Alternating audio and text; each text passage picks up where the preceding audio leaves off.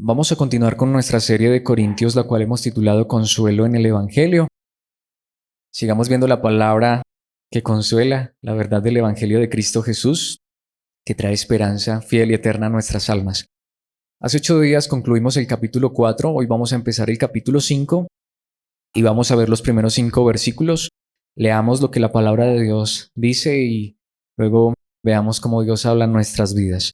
En la Nueva Traducción Viviente dice: pues sabemos que cuando se desarme esta carpa terrenal en la cual vivimos, es decir, cuando muramos y dejemos este cuerpo terrenal, tendremos una casa en el cielo, un cuerpo eterno hecho para nosotros por Dios mismo y no por manos humanas.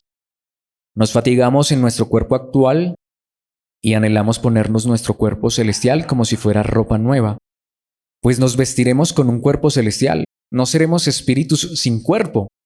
Mientras vivimos en este cuerpo terrenal, gemimos y suspiramos, pero no es que queramos morir y deshacernos de este cuerpo que nos viste. Más bien queremos ponernos nuestro cuerpo nuevo para que este cuerpo que muere sea consumido por la vida. Dios mismo nos ha preparado para esto y como garantía nos ha dado su Espíritu Santo. Esta es la palabra de Dios y este es el pasaje que vamos a estar viendo en esta mañana.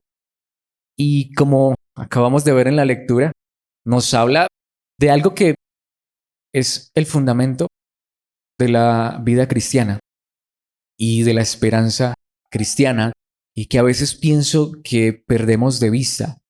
A veces me pregunto si realmente nosotros tenemos esta confianza y esta seguridad, y si esta es la esencia de nuestra vida cristiana, y es una palabra muy grande, demasiado grande, de hecho tan grande que creo que es la palabra que hace la diferencia en el cristianismo verdadero.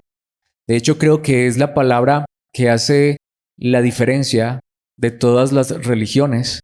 Creo que es la palabra que nos aseguraría o que nos confirmaría porque el cristianismo es la única verdad. Porque el cristianismo es exclusivo y es la única verdad. Y esa palabra es resurrección. Por eso le he puesto como título Resurrección que consuela. De hecho, quiero decirlo de esta manera. Voy a tomar una frase que han utilizado para hablar de otra cosa, pero la voy a modificar y voy a decir que la resurrección es la doctrina sobre la cual el cristianismo se sostiene o se cae. Y quisiera que nos hiciéramos esta pregunta: ¿cuánto realmente conocemos y entendemos la resurrección como cristianos? Porque saben una cosa, si no hubiera resurrección, el cristianismo es la más grande farsa que ha existido en todos los siglos.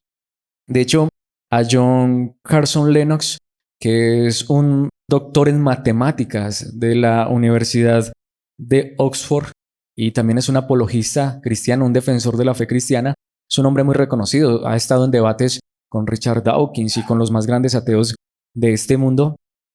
Y a él precisamente le hicieron en algún momento una pregunta. En un estudio de los lunes en estos días hablábamos sobre eso. A este hombre que es muy preparado, como decimos nosotros de manera coloquial, más preparado que un yogur, de verdad. Un hombre demasiado sabio, demasiado inteligente. No cualquiera enseña matemáticas en una universidad tan importante. No cualquiera tiene un doctorado en matemáticas y es muy elocuente. Sin embargo, este hombre, tú le ves mucha humildad y es un cristiano genuino, muestra a Cristo de una manera impresionante. Pero me encanta porque él, en un debate precisamente con un ateo, le hicieron esa pregunta: bueno, ¿qué sería aquello que si se comprobara que no fuera verdad, te haría desistir, no creer más en el cristianismo? Y él dijo esto, lo de la resurrección. Ahora alguien diría, eso es demasiado exagerado. Bueno, quiero mostrarles a la luz de la palabra, y es lo que vamos a ver, que de hecho si no existe la resurrección, lo dije hace un instante, el cristianismo es el más grande engaño. Pero, caso contrario, si la resurrección es verdadera, es real, si Cristo resucitó, y si la esperanza del cristiano es la resurrección, si hay manera de comprobar que esto es cierto, el cristianismo es la única verdad en el universo entero. Porque tienes otras religiones que te hablan de karma, tienes otras religiones que te hablan de reencarnación, sin embargo nadie lo ha podido comprobar. Pero la resurrección, la misma Biblia enseña que si no es verdad, como decimos vulgarmente, empaquemos y vámonos. Literalmente convirtámonos en ateos. Esto no sirve para nada. Esto es una farsa, es una mentira, es un engaño.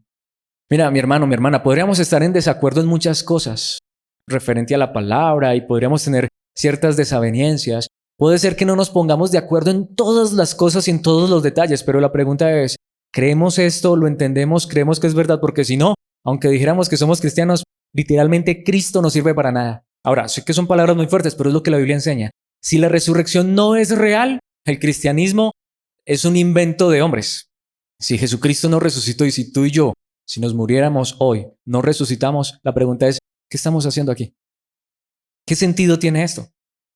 ¿Qué sentido tiene creer en Dios y más particularmente en el Dios del cristianismo?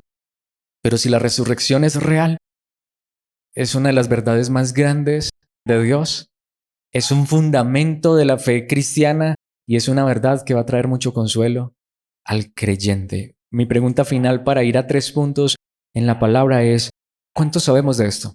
¿Cuánto conocemos de esto? Una vez más, no sé si hayas tenido la oportunidad de enfrentarte a un ateo en algún momento, hablar con una persona que dice que no cree en Dios o que no cree en el cristianismo. Pues quiero decirte, ¿quieres poner a esa persona en apuros?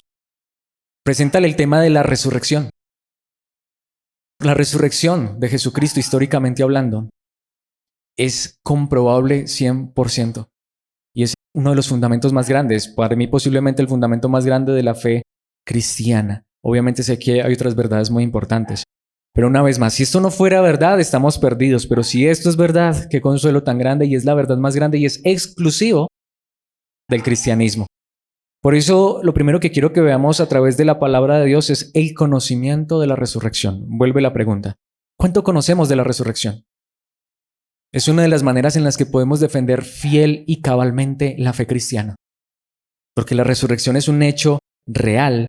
Y si hemos creído en Cristo, tú y yo resucitaremos. Y esto es una de las verdades que hace exclusivas al cristianismo. Y para Pablo conocer la verdad de la resurrección era vital para el creyente. Era vital. Veamos lo que nos dice el versículo 1, volviendo allí a 2 Corintios capítulo 5. Pablo dice, y allí es donde me quiero centrar, pues sabemos. Y es una palabra muy importante, de hecho, es una palabra muy particular, poco se usa porque es un verbo que lo que significa es, esto ya lo debemos tener claro. Pablo le está diciendo a los corintios, y obviamente ya estudiamos la primera carta a los corintios, Pablo les dedicó un capítulo completo a los corintios para hablarles de esto en su primera carta y cuando lo vimos que es uno de los capítulos más largos de la primera carta a los corintios, el capítulo 15. Y seguramente que Pablo también les había enseñado esto cuando él estuvo por como alrededor de año y medio enseñando en Corinto. Así que lo que Pablo dice es, esto lo tenemos que tener claro, esto lo hemos sabido ya, esto ya lo entendemos. Esta es una realidad que el cristiano debe tener 100% clara, pero ¿la tenemos clara? Pues sabemos que cuando se desarme, y Pablo utiliza una analogía muy particular de esa época, esta carpa o este tabernáculo terrenal, dicen esta carpa terrenal en la cual vivimos, esa parte que está entre paréntesis no está en el idioma original, es digamos un añadido, pero es correcto porque dice, es decir, cuando muramos y dejemos este cuerpo terrenal. Pablo está utilizando una analogía. Bueno, no sé, ¿te gusta acampar? ¿O conoces las carpas de acampar? Las tiendas. Eso era muy usado en la antigüedad. En la antigüedad realmente la situación económica era más compleja de la que tú y yo vivimos, aunque pensemos que es complicada. Pero en esa época no todo el mundo tenía siquiera una casa para arrendar. En lo que muchos vivían era precisamente en una tienda de campaña. Allá en el campo armaba, como decimos nosotros, un cambucho, una choza, literal. Y precisamente se vendían mucho esas tiendas o esas carpas de campaña. Y Pablo está diciendo, bueno, pensemos en este cuerpecito físico, que es de lo que nos viene hablando en los capítulos anteriores, como eso, como una tienda de campaña. Pero, ¿saben? Tarde o temprano hay que desarmar esa tienda de campaña. Eso es nuestra vida. Digamos que si lo vamos a comparar, nuestra vida no es como esta casa, este edificio. No lo es. Vamos a comparar nuestra vida. Nuestra vida es como una carpa de campaña, con esas que te vas a acampar. La armas por un ratico, pero luego la tienes que desarmar. Literalmente lo que dice es, vamos de paso, somos nómadas. Esto que tenemos, aunque queremos cuidarlo, y está bien cuidarlo mientras estemos aquí, y aunque a veces queremos preservarlo tanto, es como una tienda de campaña. Tarde o temprano hay que desarmarla. Y cuando se desarme esta carpa terrenal, esta tienda de campaña en la cual vivimos, es decir, cuando muramos y dejemos este cuerpo terrenal, aquí dice, ¿tendremos qué? Y ya pone la comparación. Una casa, aunque el idioma original da la idea más de un edificio, de una mansión. Ahora, puede ser que en nuestra época tengamos más casas como estas que tiendas de campaña. Pero una vez más, en la antigüedad lo que más veías eran tiendas de campaña. Y en la antigüedad también había edificios muy hermosos, muy bonitos, pero no como los que vemos ahora. Pero es lo que la palabra de Dios está diciendo. Vamos a comparar, como lo veíamos hace 8 días, mejor contrastemos. Sigue en el mismo contexto de lo que vimos hace 8 días. Pensemos en este cuerpo, es una tienda de campaña. ¿Saben qué nos espera cuando esta tienda se desarme? Cuando este cuerpo se deshaga. ¿Saben qué le espera al cristiano cuando muera? Literalmente dice, compara una tienda de campaña hecha por manos humanas. Compárala con un edificio, con una mansión. Compara esto, no tiene comparación. Esto es lo que vamos a tener cuando dejemos este cuerpo. Tendremos una casa ¿en dónde? En el cielo. Un cuerpo eterno. Notemos que está comparando el cuerpo físico con una tienda de campaña, pero el cuerpo eterno con un edificio, con una casa, con una mansión. Un cuerpo eterno hecho para nosotros, hecha para nosotros por Dios mismo y no por manos humanas. Esta es la gran realidad. ¿Tenemos tú y yo claro que este es el evangelio, que este es el cristianismo? Que si hoy nos muriéramos, yo sé, y yo no quiero decir esto de manera jocosa o de manera muy simplista. De hecho, para los que hemos tenido la dura experiencia de perder seres queridos, no es fácil la muerte. No estamos diciendo que sea fácil. Pero la realidad es esta. Es cierto, cuando un cristiano muere, nos duele porque tú y yo seguimos aquí. Pero ¿qué pasa cuando un cristiano realmente muere? Como lo vamos a ver en un momento, literalmente es como si se desvistiera de una pijama o de unos harapos y se pusiera el traje más precioso que jamás podría encontrarse. Cuando un cristiano muere, literalmente es como si se desarmara una carpa para irse a vivir a una mansión. Es lo que dice la palabra de Dios. De ahí que no podemos creer en purgatorio o en limbo o en esos lugares que hasta a veces se inventan, que no existen, que no enseña la palabra de Dios. Literalmente lo que la Biblia enseña es esto. Cuando un cristiano muere, se va a la presencia de Dios. Y aquí posiblemente se da la idea de la inmediatez, se da la idea de la inminencia. Entendemos que hay controversia con esto. Es decir, literalmente en el momento en que muero, literalmente ahí me convierto en un cuerpo glorificado. Bueno, los teólogos tienen diferencias en esto. Y los eruditos y los más expertos así lo creen. Hay algunos otros que creen que hay que esperar un tiempo. Sin embargo, es complicado sostener esa postura, aunque sea la que más nos hayan enseñado, curiosamente. Sin embargo, esa no es la controversia. El punto es, sea lo que sea que pase, y aquí sí hay que aclararlo, cuando un cristiano muere, está en un lugar mejor, 1000 veces mejor que el que podría estar en esta tierra. Tanto que me tengo que adelantar, pero ese será nuestro segundo punto. Pero cuando uno entiende esto, mi hermano, uno sabe que en esencia, mientras estamos en esta tierra, lo mejor que hasta a uno le podría pasar es partir a la eternidad. Esa es la realidad del cristianismo, pero lo que decía, pensemos, ¿lo hemos creído de esta manera? ¿Lo creemos? ¿Lo sostenemos? Porque con esos evangelios que se están predicando ahora, que se están inventando, al contrario, el cristiano es la última persona que quisiera morirse en este mundo. Porque a veces estamos aferrados a las promesas del Antiguo Testamento.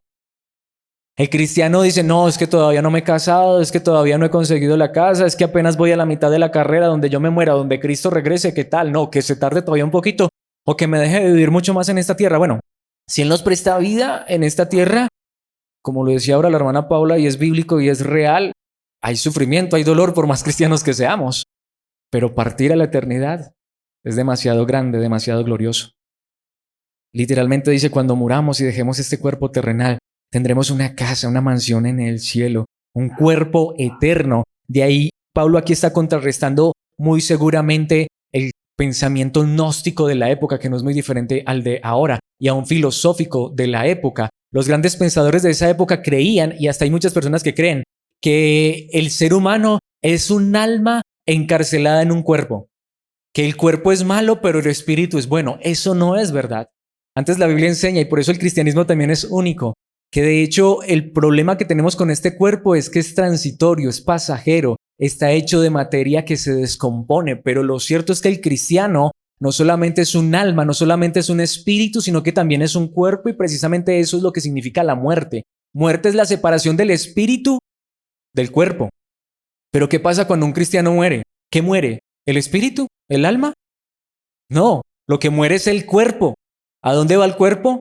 Al polvo, a la tumba. Hay un versículo en Eclesiastés que habla de eso, no lo he traído allí, pero dice que cuando una persona muere, el espíritu vuelve a Dios que lo dio y el cuerpo ¿a dónde? Al polvo. Por eso en polvo eres y en polvo te has de convertir. No somos solo polvo, somos espíritu y cuerpo. De hecho, hasta hay algunos que creen que somos espíritu, alma y cuerpo. Bueno, eso es una división complicada, pero si así lo crees, yo no tengo problema con eso. El asunto es esto.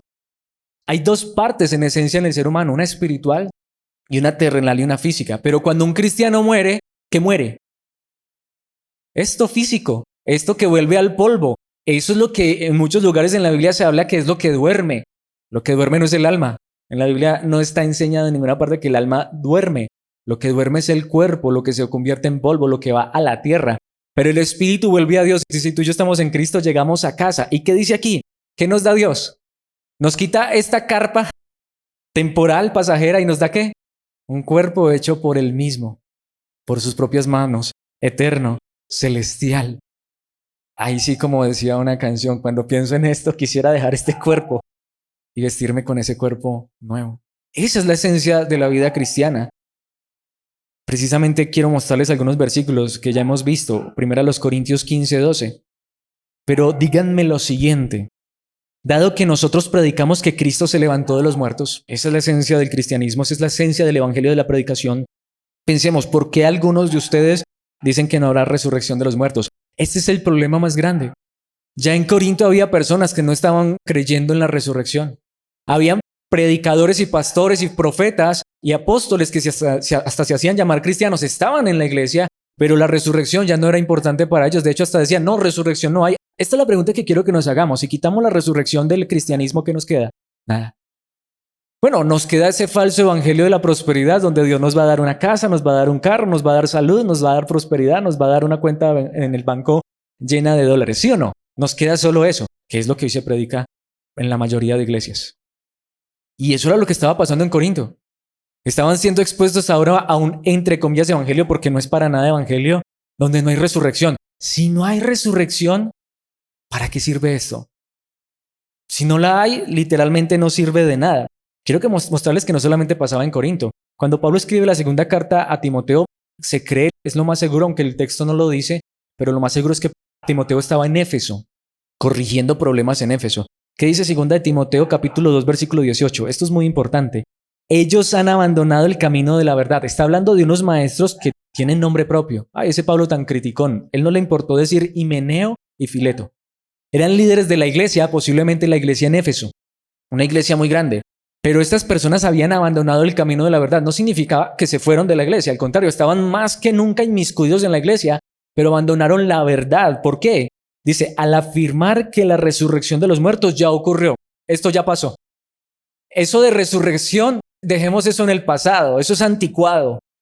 De esa manera desviaron la fe de algunas personas. A lo que me refiero es a esto. Pablo allí nos está enseñando, entendemos esto, conocemos esto, sabemos esto, porque hay muchas personas, ha habido, las hay y va a seguir habiendo, que llamándose cristianas, diciendo creer en Dios, todos tenemos el mismo Dios. No, esperemos, preguntémonos. ¿Creemos esto?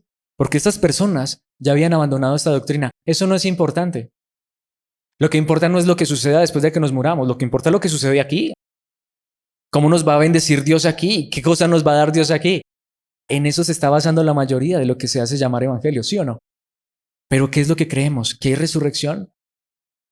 Ojalá que hayamos estado expuestos a líderes de iglesia que nos enseñen esto. Ojalá no nos haya pasado como muchos de nosotros que solamente nos enseñaban cosas de esta vida. Este es el evangelio. Es más, quiero que volvamos a la primera carta a los Corintios porque al principio hice declaraciones muy fuertes que podría de pronto hasta ofender a alguien, ese tipo de declaraciones. Que si la resurrección no es real, el cristianismo no sirve para nada y sería mejor ser ateos. Bueno, Pablo lo pone más en términos más fuertes. Pablo lo que dice es, si no hay resurrección, comamos y bebamos, que mañana moriremos. Lo que significa es, desordenémonos. Vivamos solamente para los deleites y placeres de esta vida, convirtámonos en los peores seres humanos del mundo. Si la resurrección no existe, pero como la resurrección existe, primero los Corintios capítulo 15, volviendo allí, versículos 14 al 18. Pensemos en lo que dice Pablo, si Cristo no ha resucitado, entonces toda nuestra predicación es inútil. Pablo lo que dice es, lo que hemos hecho nosotros no vale de nada, un cero a la izquierda. Tanto que dice, y la fe de ustedes, lo que ustedes creen, no sirve de nada. También es que inútil. ¿Para qué el cristianismo? ¿Para qué la predicación? ¿Para qué el evangelio si no existe resurrección? Tanto que dice el versículo 15, y nosotros los apóstoles estaríamos todos que mintiendo acerca de Dios. ¿Para qué Dios? ¿Para qué cristianismo? De hecho, los apóstoles, el evangelio, el cristianismo, los 2000 años de historia del cristianismo, una farsa completa. ¿Por qué? Porque hemos dicho que Dios levantó a Cristo de la tumba. Así que eso no puede ser cierto si no hay resurrección de los muertos. Si no hay resurrección de los muertos, el cristianismo es una farsa total y completamente. Y Pablo lo que dice es, no sirve para nada, no creamos esto, es una mentira. Tanto que dice el versículo 16, y si no hay resurrección de los muertos, entonces Cristo no ha resucitado. Y aquí viene el punto más fuerte, versículo 17. Y si Cristo no ha resucitado, entonces la fe de ustedes es inútil y todavía son culpables de sus pecados. El evangelio se cae. La resurrección de Cristo y la resurrección de los cristianos, vida después de la muerte, es el fundamento sobre el cual el cristianismo se sostiene o se cae. Esa es la realidad, pero todavía hace falta más. Versículo 18. En ese caso, todos los que murieron creyendo en Cristo están perdidos.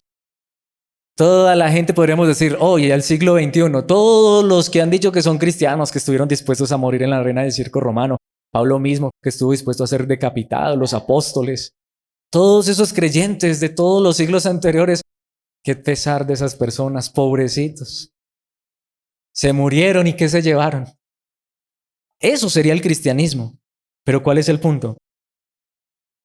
El cristianismo estaba fundamentado sobre la resurrección. Cristo resucitó, de eso no hay duda. Si tienes duda, investígalo y conoce que es una verdad fundamental. Pero si Cristo resucitó, el cristianismo es la única verdad, la única. Porque mira todas las religiones del mundo. ¿Dónde está Confucio? La religión no enseña que Confucio resucitó. O Mahoma, o Buda. Por ahí de pronto de vez en cuando reencarna, le toca volverse a este mundo a vivir las mismas penurias. Pero solamente el cristianismo enseña de un Cristo resucitado y unos cristianos que han puesto su fe en que Cristo, aunque sus cuerpos se mueran, Él los levanta de la tumba. Precisamente adelantémonos un poquitico, mismo capítulo 15 de 1 Corintios, versículos 35 y 36, porque aquí viene, pero alguien podría preguntar, ¿cómo resucitarán los muertos? ¿Qué clase de cuerpos tendrán? Antes de ir al versículo 36, quiero aclarar porque de pronto alguien se pueda sentir ofendido por lo que dice el versículo 36. Esta no es la pregunta honesta y sincera de alguien que quiere saber cómo resucitan los muertos. No, esta es más bien más bien es un cuestionamiento. Esta es más bien la pregunta sarcástica de los líderes que ya no creían en la resurrección. Es decir, esta es la pregunta de, a ver, y si los muertos resucitan, ¿cómo es que resucitan? Pero no es una persona que se está preguntando honestamente, sino una persona que está cuestionando la resurrección. Por eso Pablo responde en el versículo 36 de una manera muy fuerte. ¿Qué pregunta tan tonta? O sea, si yo estoy cuestionando la resurrección, si me hago llamar cristiano, hasta un líder cristiano, y no creo en la resurrección, perdón, pero es que la Biblia lo dice, esa persona es tonta por usar palabras bonitas, porque literalmente no es cristiano para nada y no tiene ni idea de lo que es el cristianismo. Está hablando de líderes que estaban cuestionando esto en la iglesia en Corinto. Y recordemos, ya vimos esta enseñanza. Y Pablo pone la analogía de una semilla. Cuando pones una semilla en la tierra, esta no crece y llega a ser una planta a menos que muera primero. Y no he traído el resto del pasaje, pero ya lo vimos, recordemos. Pablo dice, es como cuando una persona siembra una semilla y luego ¿qué sale? Un árbol. ¿Qué es lo que dice la palabra de Dios? Eso somos nosotros. ¿Recuerdan que lo veíamos? Es que no nacimos para semilla. Sí nacimos para semilla.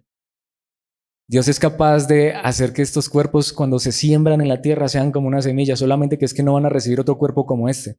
Van a recibir un cuerpo celestial. Ya lo estamos viendo una vez más con la otra analogía que estamos viendo en la segunda carta.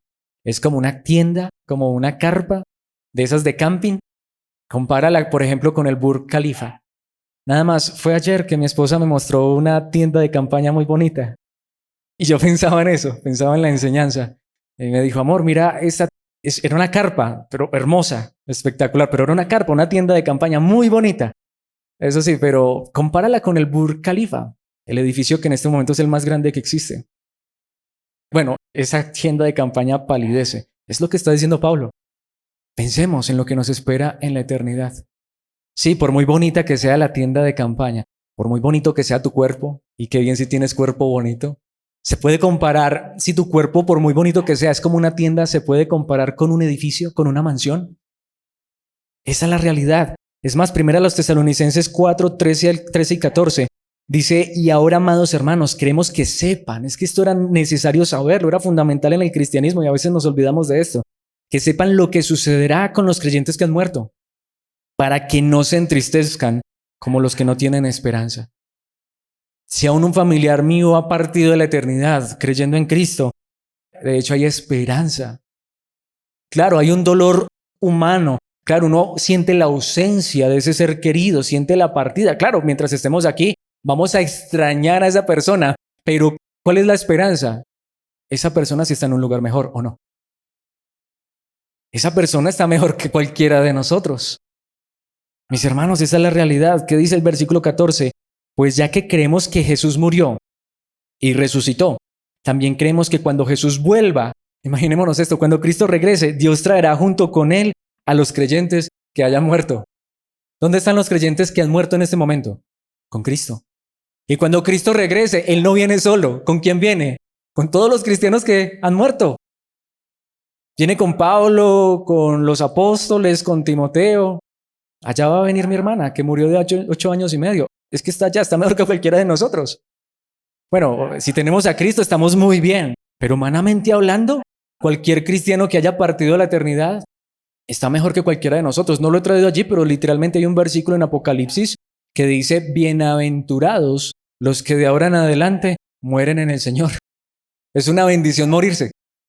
Alguien diría, ay, pues entonces eso me van a dar ganas de morirme. Bueno, ese es el segundo punto. El anhelo de la resurrección. Y alguien diría, ay, no, pero qué feo eso de personas que anhelan morirse.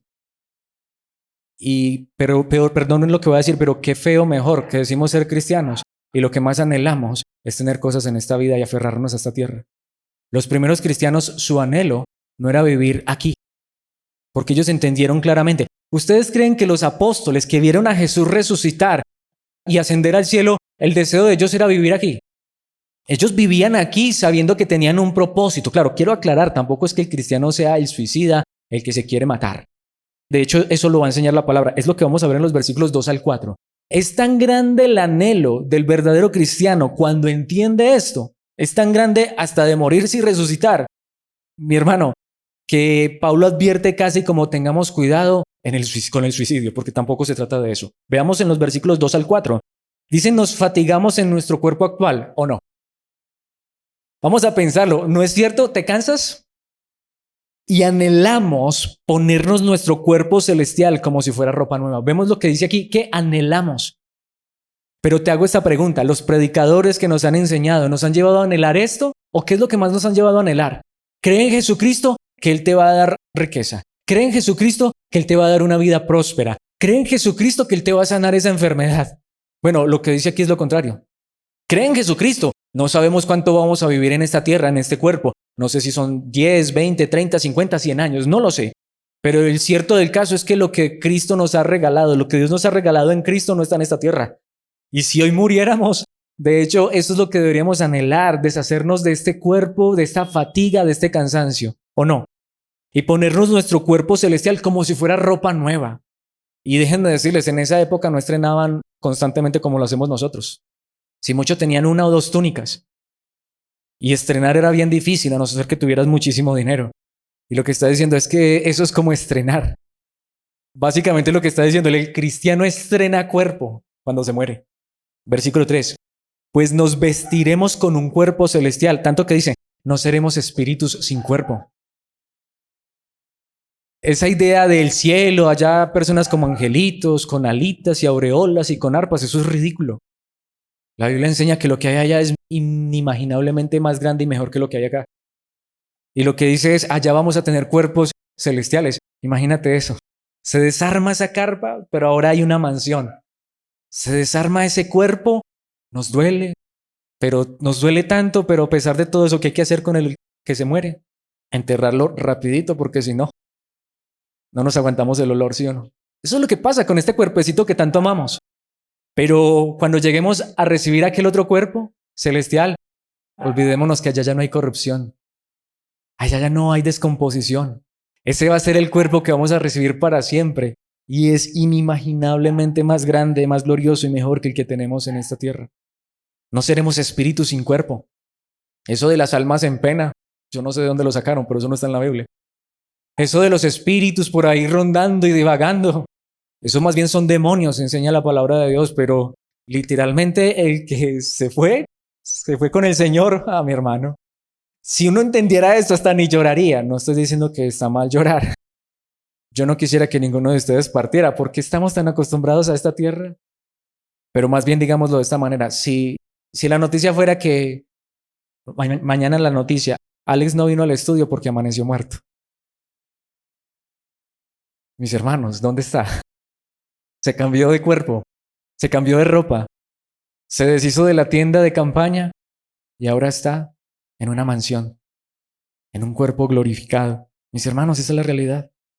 Aquí habla también de la importancia del cuerpo. No vamos literalmente el idioma original dice, no vamos a ser espíritus desnudos. Nuevamente eso de almas en penas, de ánimas benditas del purgatorio, pues yo no sé de dónde sacaron eso, en la Biblia no está. Para nada. Pero no critiquemos tanto a la religión popular que cree en las ánimas, que cree en el purgatorio, que cree en el limbo. El problema es que a veces tú y yo como cristianos terminamos creyendo esas mismas cosas, ¿o no? ¿Cuál ha sido nuestra concepción, nuestro conocimiento de la resurrección? Que si hoy muriéramos, ¿para dónde vamos? Perdóneme, pero muchos han criticado el purgatorio, pero hay cristianos que ni saben para dónde se irían si se mueren. Muchos dicen, nos vamos es que a dormir, a descansar. Han sacado versículos de su contexto. Lo que decimos, lo que se va a descansar o a dormir, si podemos decir de esa manera, es este cuerpo que se fatigaba, que se vuelve polvo, ya, allá quedó durmiendo en el polvo. Pero dice aquí la palabra de Dios que nos vamos a dormir. ¿Qué dice? A vestirnos con un cuerpo celestial.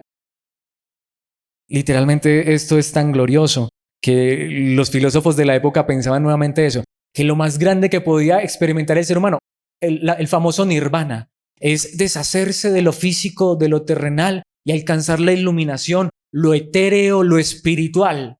Pero sin un cuerpo, porque el cuerpo es malo. El cristianismo va más allá. De hecho, no tenemos que alcanzar nada. Ya somos un espíritu redimido por Dios. Pero un día, cuando este espíritu se separe de este cuerpo, ¿es para qué? Es para cambiar de cuerpo, pero por un cuerpo más glorioso y mejor. Nuevamente alguien diría, uy, no, pero esto está demasiado bueno. Bueno, espero que eso sea lo que estés pensando. Tanto que dice el versículo 4, mientras vivimos en este cuerpo terrenal, gemimos y suspiramos. Es decir, nos duele, pero a la vez que anhelamos, deseamos, suspiramos. ¿Alguna vez has suspirado por ese cuerpo celestial? A lo mejor no, porque no nos han enseñado esto. Ahora, pero aclara, porque es que alguien podría decir, no, pues entonces lo mejor que me puede hacer es matarme, voy a ir a suicidarme. No. Pero no es que queramos morir y deshacernos de este cuerpo que nos viste. En esencia, el anhelo no es como tal la muerte, no es pasar por la muerte. ¿Cuál es el anhelo? Más bien queremos ponernos nuestro cuerpo nuevo. El anhelo no es la muerte, qué rico morirme, no. Qué rico cambiar este vestido por uno mejor, ¿sí o no? Ahí sí decimos. Pero ¿cuál vestido? No este que Alex tiene puesto, no esta camisa morada que tiene Alex. Este cuerpo. Lo que está diciendo la palabra de Dios es nuevamente, imagínate que tú eres tan pobre, como decimos nosotros en nuestro contexto, que vives en un cambuche. En una casa, entre comillas, que no es casa hecha de plástico, con plásticos. Sí, hay personas que viven así, ¿o no? ¿Cierto? Imagínate que eres una persona de estas y te dicen, te vamos a regalar una mansión. ¿Cuándo quisieras tú salirte del cambuche para irte a la mansión? ¿Mañana? ¿Pasado mañana? No, yo sigo aquí viviendo otro añito.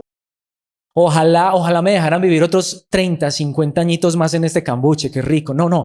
Antes de irme para la mansión, yo quiero disfrutar un ratico de este cambuche. ¿Les suena lógico eso? ¿Les suena coherente? Nuevamente, imaginémonos una persona que vive en la calle, que vive debajo de un puente, que literalmente vive con plásticos. Que le están diciendo, mira, tenemos allí una mansión para ti, un lugar especial donde vas a tener lo que jamás has tenido. Él dice, no, pero yo quiero vivir todavía unos 50 añitos aquí. ¿Sí? Pero a veces es lo que pensamos. Nuevamente, no es que tampoco busquemos la muerte. No es como tal anhelar en esencia la muerte, sino saber que es que lo que Dios nos prometió no está aquí, está allá. Y ojalá Cristo regresara allá.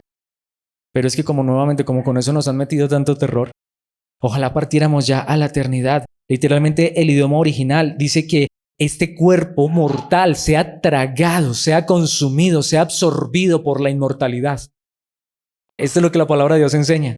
¿Lo anhelas? ¿Lo deseas? No es como tal matarme. Eso es lo que está diciendo la palabra. No eso es lo que deseamos, sino que si hoy partiéramos a la eternidad, precisamente ¿a dónde partimos? A la eternidad.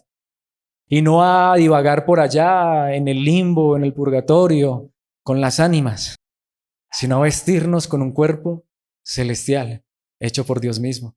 Nuevamente, ¿te consuela esto? ¿Anhelas esto? ¿Deseas esto? Cuando pienso en esto, yo le digo, Señor, pues, si me regalas, claro, si me regalas unos añitos en esta tierra, pues ojalá sean buenos, pero el asunto es que lo que anhelo y deseo no son unos buenos y largos años en este cambuche, en esta tienda de campaña, Señor. Ahí es donde uno anhela más que nunca que Cristo regrese, o que esto se acabe, porque lo que nos espera es eterno. Precisamente me quiero adelantar, esto si Dios lo permite lo veremos luego, pero 2 Corintios 5, versículo 8, sí, estamos plenamente confiados y preferiríamos estar fuera de este cuerpo terrenal, porque entonces estaríamos en el hogar celestial con el Señor. Eso era lo que consolaba a Pablo cuando estaba en la cárcel. Eso era lo que alentaba a Pablo, lo que le traía alegría y gozo cuando pasaba problemas y dificultades. Sé que esto tarde o temprano se desarma, se acaba, se deshace, se muere, se esfuma. Nuevamente, seguramente que Pablo en su momento tuvo su buen cuerpo también, no lo sé. Tuvo su comodidad, pero lo que Pablo dice es, pero esto no es lo que importa. De hecho, estamos tan confiados, tan seguros de esto, que lo que preferiríamos sería ya deshacernos de este cuerpo y poder estar en el hogar celestial con el Señor. Recordemos que lo dijo en Filipenses 1:23 cuando estaba en la cárcel. ¿Qué consolaba a Pablo en medio de su dificultad, de su dolor, de su angustia? ¿Que es que Dios le iba a quitar el problema y la dificultad? ¿Que Dios lo iba a sacar de la cárcel? Él no sabía si Dios lo iba a sacar de la cárcel o se iba a morir. Tanto que dice, estoy dividido entre dos deseos. Quisiera partir y estar con Cristo, lo cual sería mucho mejor para mí. Y no he traído el pasaje completo, pero recordemos el otro deseo era, pero si me quedo en este cuerpo, los puedo ayudar. El único deseo de Pablo de seguir viviendo en esta tierra era ser de bendición para los demás, era poder usar la vida, los años de vida que Dios le regalara para servicio de otros. Pero él decía, pero si me ponen a escoger y realmente se trata de qué es mejor, mejor morirse, mejor partir a la eternidad. Ya no más cárcel, ya no más hambre, ya no más frío, ya no más enfermedad, ya no más dolor, ya no más deudas por pagar, ya no más estrés, ¿sí o no? Ay, pero es que, ¿y será que sí? Mi hermano, ¿y entonces qué hemos creído? Volvamos a 1 Corintios capítulo 15, versículos 51 y 52. Pero permítanme revelarles un secreto maravilloso. Esto es grandioso. No todos moriremos, pero ¿qué? Todos seremos transformados. Ahí es donde vamos. Si Cristo regresara, dice el versículo 52, sucederá en un instante, en un abrir y cerrar de ojos, cuando se toque la trompeta final. Pues cuando suene la trompeta, los que hayan muerto resucitarán para vivir por siempre y nosotros, los que estemos vivos, también seremos transformados. Si Cristo regresa, mi hermano, si Cristo regresa en este momento, ahí sí, sería esa transición de que veríamos este cuerpo terrenal no morir, sino transformarse en un instante, en un abrir y cerrar de ojos, en un parpadeo, en un cuerpo glorioso. Bueno, esa sería la mejor, ¿cierto? No tener que pasar por la muerte, por el dolor de la muerte, porque de pronto en esa transición de morirnos, de pronto sea una enfermedad difícil. Eso es lo que creo que a veces nos preocupa a algunos, ¿no? Yo no quisiera tener que pasar por una enfermedad terminal de tiempo, de meses, de años, quizá postrado en una cama. Yo no quisiera eso, ni para ti ni para mí. Eso es lo que creo que muchas veces es difícil. Pero si fuera un infarto fulminante, o si fuera Cristo regresando en este momento y no gustar la muerte, ahí sí sería cambiarnos este traje por el celestial inmediatamente. Pero ¿qué dice Pablo? Es un secreto maravilloso, es una verdad gloriosa, pero que para los cristianos no es un secreto, sino que es algo que deberíamos anhelar y desear. Claro, esto nos lleva a nuestro último punto y es fundamental, y es la seguridad de la resurrección. Lo que pasa es que si uno no tiene seguridad de esto, como no se lo enseñan, como no lo cree o como quizá ni siquiera sabía que existía esta verdad, O como en muchos lugares donde nuevamente que Cristo venga, qué miedo. La muerte, qué miedo. Cuando uno entiende esto, lo que digo, de pronto le tenga temor, le dé temor, ¿cómo se va a morir? Eso es lo que decimos, ¿no? Una vez más, uno quedar cuadraplégico es duro, ¿no? Ese tipo de circunstancias creo que son duras. Pero morirse es que una vez más, salir de una tienda de campaña a una mansión, ¿por qué tener temor? Pero tenemos la seguridad de la resurrección porque es lo que la palabra de Dios enseña. Versículo 5. Y aquí está, Dios mismo, me encanta esta traducción, nos ha preparado para esto. Lo que han hecho muchos hombres es eliminar esto del Evangelio. Pero cuando tú lo entiendes correctamente, es que ¿para qué nos preparó Dios? Para esto. De hecho, literalmente el idioma original dice, esto es lo que Dios ha obrado completamente en nosotros. Entendamos que este es el Evangelio. No es prosperidad, sanidad y milagros como en tantos lugares. Eso es engaño. De esa manera es que estafan a las personas y las llevan a creer un evangelio falso, que después no viven esas cosas y terminan diciendo, ¿y dónde está Dios? Porque Dios no me da una casita, porque Dios no me da una sanidad, porque Dios no me da esto, porque Dios no me da lo uno, porque Dios no me da lo otro, porque Dios no me da plata para cambiarme este cuerpo, para remodelarlo. Bueno, es que eso no es lo que Dios prometió. De hecho, lo que dice es, Dios mismo nos ha preparado para esto y como literalmente garantía, se utiliza una palabra que es muy común en las transacciones y negocios. Literalmente dice la prenda de garantía. Todavía hay personas que hacen negocios así. Es decir, dan un anticipo por si alguien se quita del negocio, ¿qué? Pierde el anticipo. ¿Y saben qué es lo que está diciendo? Eso es lo que Dios ha hecho. Se los aseguro, Dios no se va a quitar de esto. Pero saben que Dios nos asegura tanto esto que Él dice, Él nos da una prenda de garantía. El idioma original dice, Él nos da unas arras. Nuevamente, que era algo, en la antigüedad era como decir, mire, te voy a comprar esa casa. ¿Y cómo estoy seguro que me la vas a comprar? Porque hay otra persona que la quiere comprar también. De hecho, hay otra persona que me está ofreciendo tanto y yo te la estoy dando por tanto. Bueno, como garantía, por ejemplo, algo que era muy valioso en la antigüedad eran los anillos con los sellos. Eso era único. Mira, te paso mi anillo con mi sello, por poner un ejemplo. Si no te compro la casa en la fecha que te dije, si no te hago el pago en el día que te dije, quédate con mi anillo. Era eso, ese tipo de cosas. Voy a poner un ejemplo simple. ¿Recuerdan que cuando, yo sé que el ejemplo puede que no sea el más ortodoxo, pero está en la Biblia? ¿Recuerdan que cuando Judá se iba a acostar con una prostituta por allá y no tenía plata, que esa prostituta terminó siendo su nuera? Bueno, eso es una historia aparte, pero a lo que me refiero es que él no tenía dinero y se quería acostar con una prostituta. Ella que le dijo, ¿qué me das como prenda de garantía? Aquí te doy mi bastón. ¿Recuerdan? Y que después él volvió a traerle lo que le había prometido y ya no estaba por ningún lado. Ah, bueno, pues que se quede con eso. Pero ya cuando él vino a criticarla a ella, a señalarla, ¿qué sacó ella? Miren la prueba de que el que me embarazó fue él. Bueno, eso es una historia muy complicada. No quiero que nos quitemos de vista este punto, pero a lo que me refiero es que era eso, una prenda de garantía que aseguraba, me tienes que pagar, me tienes que dar lo que me prometiste. Pues Dios dice, mira, es que no simplemente Dios es palabras, aunque su palabra es perfecta, es gloriosa, pero Dios también es promesas seguras. Ahí es donde vengo al punto. ¿Nos ha prometido Dios un pedazo de tierra? ¿Nos ha prometido Dios prosperidad, sanidad y milagros en esta tierra? Si Él lo hace, porque lo puede hacer bien. Pero eso no es lo que Él ha prometido. Él nos ha dado como prenda de garantía su Espíritu Santo. Como garantía nos ha dado su Espíritu Santo. Mi hermano, ¿entendemos lo grande? Por eso una persona que tiene el Espíritu Santo, de verdad, no se va a poner a predicar esa mentira del falso evangelio de la prosperidad. Porque una persona que tiene el Espíritu sabe que el Espíritu mismo le dice, lo que yo anhelo y deseo, lo que Dios me ha regalado y me ha asegurado no está aquí, está allá. Esa es una persona que tiene el Espíritu Santo. Ahí yo te diría, ¿qué te dice el Espíritu Santo hoy a través de la palabra de Dios a tu corazón? Que esto Dios te lo ha asegurado y te lo ha prometido con total seguridad. Ahí es donde vamos. Una persona que realmente tiene el Espíritu Santo se perderá. ¿Puede dudar de que lo que hay allá es seguro? ¿Será que Dios sí me va a dar lo que me prometió? ¿Será que si me muero sí me voy para el cielo? Y entonces, ¿qué con el Espíritu Santo que hay en tu vida? Ese espíritu que te lleva a clamar a Abba Padre, ese espíritu que te está perfeccionando y te está conformando a la imagen de Cristo Jesús, ese espíritu que te trae convicción día tras día, hasta ese espíritu que cuando cometes un error, pecas y fallas, te redarguye. Es la garantía de que lo que Dios nos ha dado no está en este cuerpo. De hecho, por eso ese espíritu nos redarguye cuando pecamos, porque mientras estamos en este cuerpo de carne todavía cometemos errores, fallamos, nos quejamos, pero el espíritu dice, hey, recuerda que lo que Dios, tu Padre, te ha prometido está en la eternidad y yo por eso estoy aquí contigo, para recordarte una y mil veces que lo que está allá es total y completamente seguro. Dios nos ha dado algo por adelantado, el Espíritu Santo. En este cuerpo, ¿para qué? Para recordarnos que este cuerpo no es para siempre. Tarde o temprano, tanto el Espíritu nuestro como el Espíritu de Dios que está en nosotros tendrá que salir de este cuerpo. ¿Pero para qué? Para cambiar de cuerpo, para ser revestido por la inmortalidad. Segunda a los Corintios 1, 21 y 22, es que ya la palabra de Dios lo enseñó.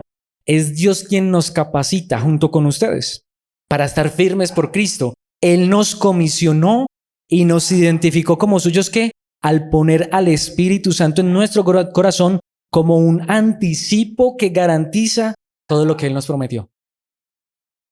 ¿Tienes la garantía de parte de Dios de que esto es verdad? ¿Saben una cosa? Si tienes el Espíritu Santo, como dice un versículo en la palabra en el Antiguo Testamento, Dios ha puesto eternidad en tu corazón. Tú sabes que la eternidad es una realidad. Yo no tengo que convencer a un verdadero cristiano de que el cielo existe, porque él tiene el mismo Espíritu de Dios en su corazón.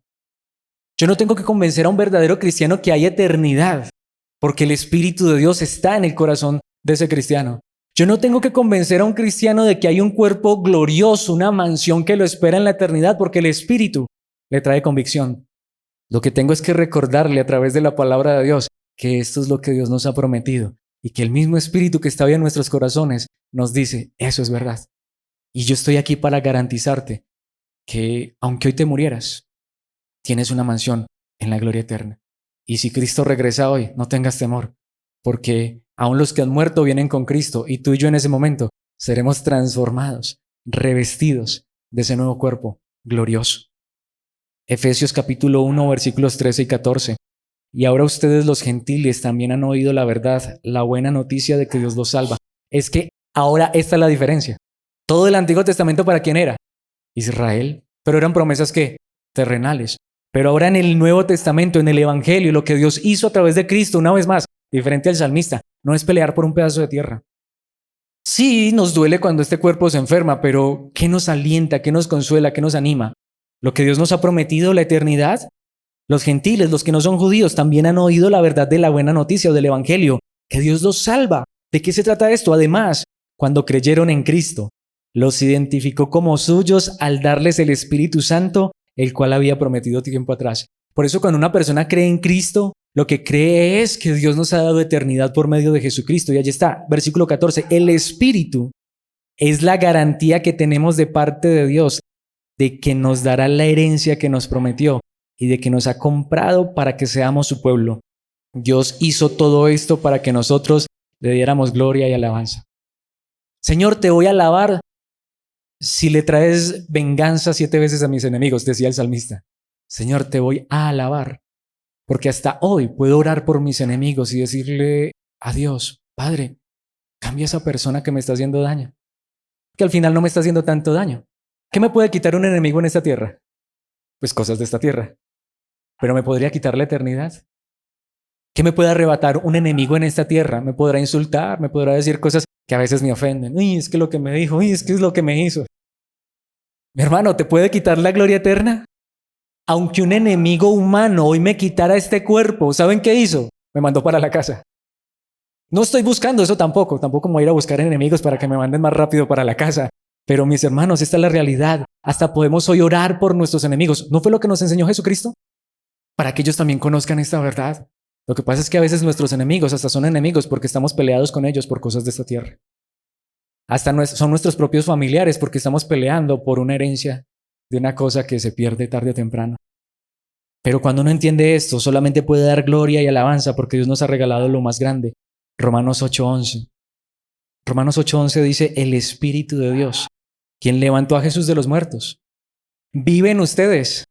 Y así como Dios levantó a Cristo Jesús de los muertos, Él dará vida a sus cuerpos mortales mediante el mismo Espíritu quien vive en ustedes. ¿Sabe por qué Dios nos da el Espíritu Santo? Para que entendamos. El Espíritu Santo estaba en Cristo. ¿Sí? Cuando Cristo se murió, ¿quién levantó a Cristo de la tumba?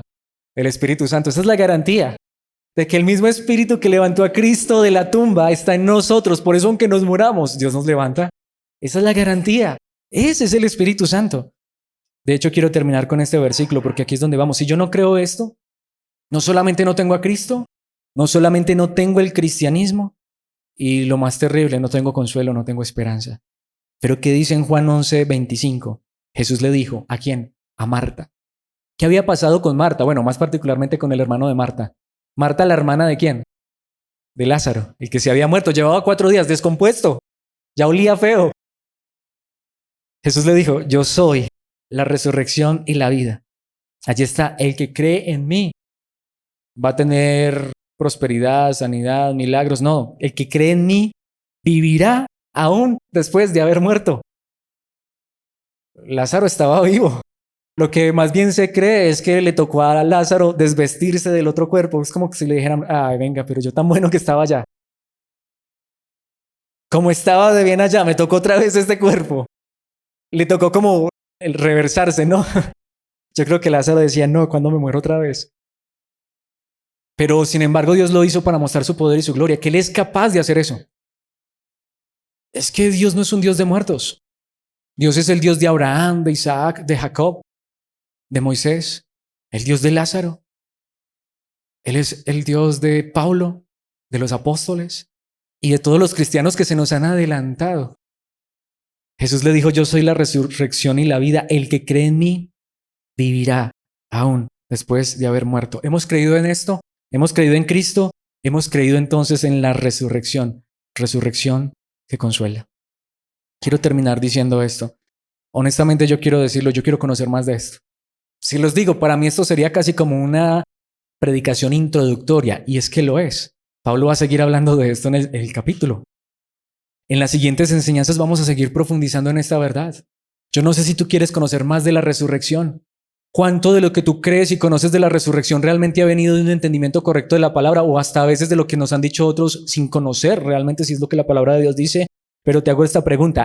Cuando entiendes esto, ¿no anhelas que Cristo regrese o que partamos a la eternidad? ¿No anhelas revestirte de inmortalidad? Que este cuerpo se transforme y se cambie por un cuerpo glorioso, pero tienes la seguridad porque Cristo te la ha dado. ¿Es lo que crees? Hermanos, terminemos orando y diciéndole, Señor, gracias por este evangelio. Si no lo he creído, creamos en Cristo.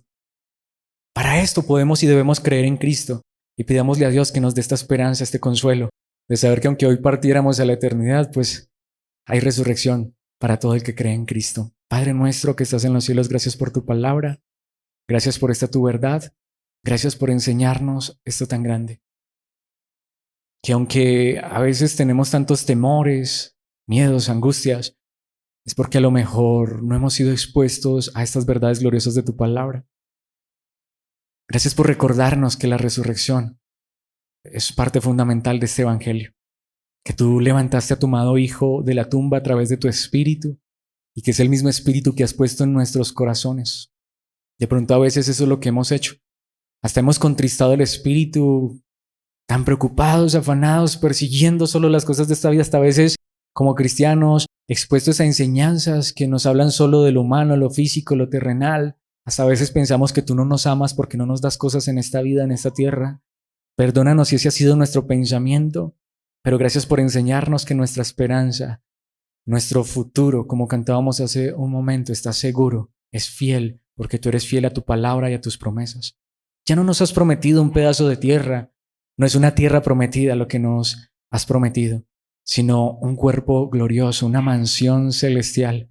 Vivir eternamente y para siempre en un cuerpo que no se desgasta, que no se corrompe, que no peca, que no hace nada malo, sino que vive eternamente en un lugar que es inmensamente mejor que todo lo que pudiéramos ver con estos ojos físicos aquí en esta tierra. Ayúdanos a vivir a la luz de esta esperanza, a saber que lo que nos has prometido es seguro. Gracias por el Espíritu que has puesto en nuestros corazones y ayúdanos a tener esa convicción, que tu Espíritu cada día nos traiga la convicción de que la eternidad es real, la resurrección es real. Revestirnos de inmortalidad es lo que esperamos a través de Jesucristo tomado Hijo. Que esto nos consuele hoy y siempre hasta que lleguemos a ese lugar. Que en medio de los problemas, dificultades, dolores, angustias o aún en medio de la abundancia, del bienestar, no nos apeguemos tanto a esto, sino que nuestra confianza, nuestro consuelo, nuestra seguridad esté en lo que nos has prometido a través de tu amado Hijo Jesucristo y a través de la garantía de tu Santo Espíritu, la eternidad, la resurrección, la gloria eterna en Cristo Jesús, nuestro Señor. Amén y amén.